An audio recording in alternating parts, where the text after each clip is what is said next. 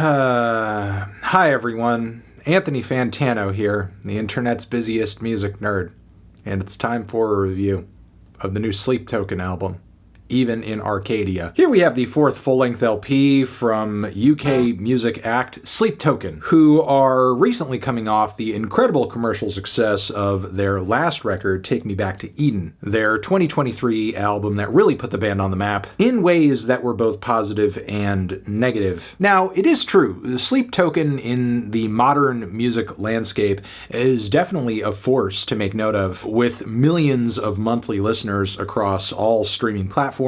And apparently Take Me Back to Eden was Spotify's most streamed metal album the year it came out. But the metal community is simultaneously where the band has historically caught much of the flack you see about them online, with many listeners and fans criticizing them as being a metal band in name and in name only. Because yes, while many of Sleep Token's tracks do contain a lot of very heavy, thick guitars with that trademark gent type tone that sounds like what you would get if you could take a fucking power line and strap it to a guitar, distort it, and downtune it. But by that same token, these more heavy and aggressive passages on their records feel almost like a shroud meant to edgify what it is the band actually would like to be doing, and that's writing very moody pop tunes with a sort of alternative R&B flair on the vocals. Which, for sure, I can't deny that this is most certainly a combination of sounds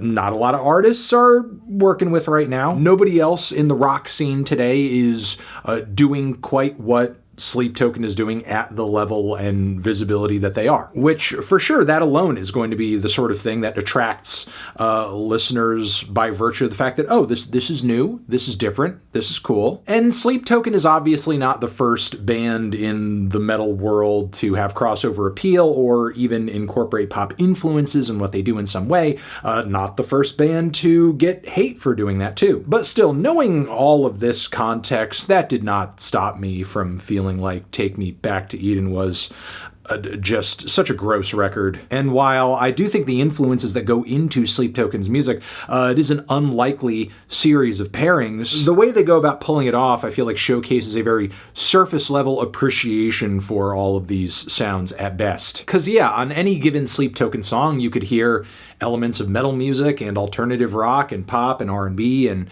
even some electronic music too. But yeah, I feel like the band is not pulling from like the best and brightest of what those genres have to offer when they're working those elements into their own stuff. In fact, I feel like this band continues to be something somebody would recommend to me right after saying like they listen to everything except rap and country. Or I don't know, I feel like another way you could quantify Sleep Token's vibe is that it's maybe metal for Disney adults, which sadly I think is also the case for the band's latest LP here. And one positive thing I can say about it though is that despite this thing having about an hour of runtime, it's a very breezy hour, really flies right by. But the reason I think this record really has demanded less of me as a listening experience than I think any metal album I've heard this year, even shorter metal albums. Because the sound really is so plain and uninspired, you could tune it out quite easily, especially as I think the group is leaning more into their pop influences on this record, and I guess why wouldn't they? It is one of the few things that actually sets them apart from other groups, and they're doing it to the point where it feels almost like they're dropping the metal pretense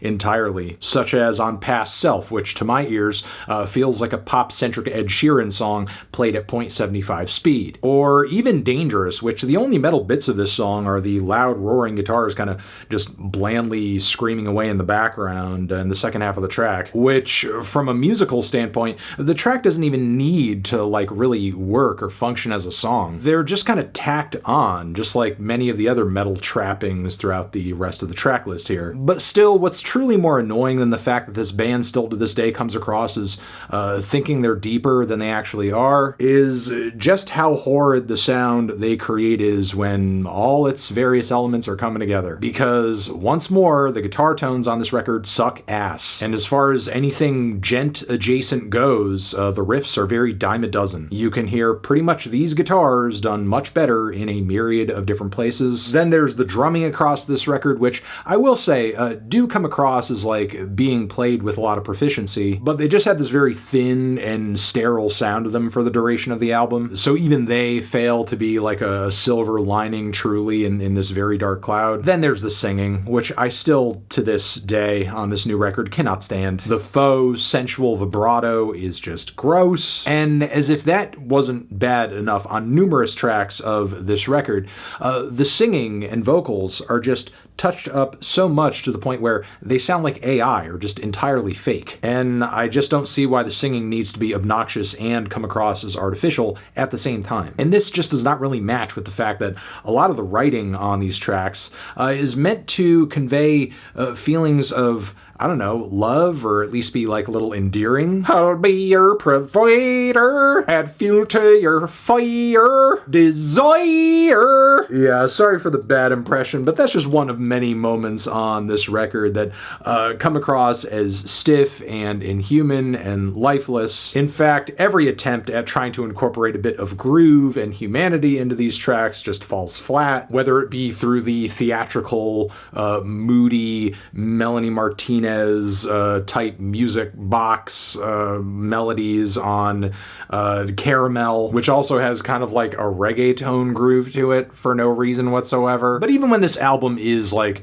really trying to push it in terms of heaviness and aggression and screams, like in the middle of the opening track or in the second half of Caramel that I just mentioned, or the closing song, it all either just feels like too little too late, or like you're just kind of doing this to validate how goofy the other bits of the album are. Yeah, just annoying music, hideous sound, very bland, boring, uninspired writing, numerous points where I'm just like picking up on way more cringe lyrics than frankly I should, and once again, a presentation that tries to like pass this album off as being like this really thoughtful, deep, moody, like cerebral experience, when in actuality it's just mediocre pop with super loud gent guitars. This record truly does feel like getting pissed on and being told that it's rain. There's not really any sort of like big improvements or changes to make note of outside of once again them embracing, I think, like their pop side a little bit more on a few of these tracks and singles. But yeah, once again, boring, uninspired, and uninteresting album from Sleep Token, who with this unadventurous album are even grinding what little novelty they have into the dirt too,